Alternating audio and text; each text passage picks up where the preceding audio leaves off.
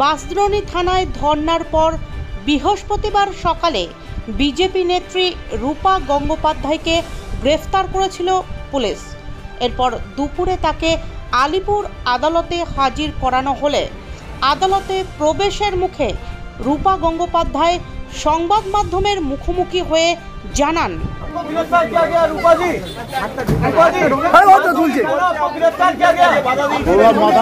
रूपा जी बांसवाड़ी थाना आपको गिरफ्तार किए, क्या कहना है रूपा जी?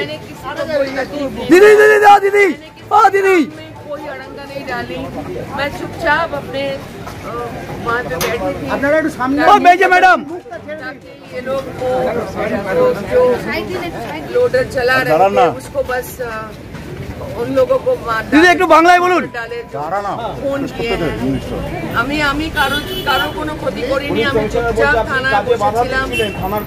অনেক বড় বড় ধারা দিয়েছে, আমি কাউকে কোনো কাজে বাধা দিইনি, আমি কাউকে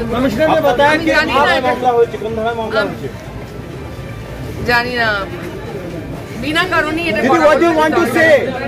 Didi, what do you want to say regarding this arrest? Didi, what do you want to say regarding this arrest? দেখতে পাচ্ছি আলিপুর আদালতে যে পুলিশ লোক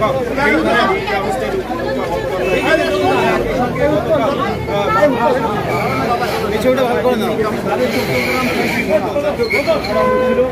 রূপী মন্ডল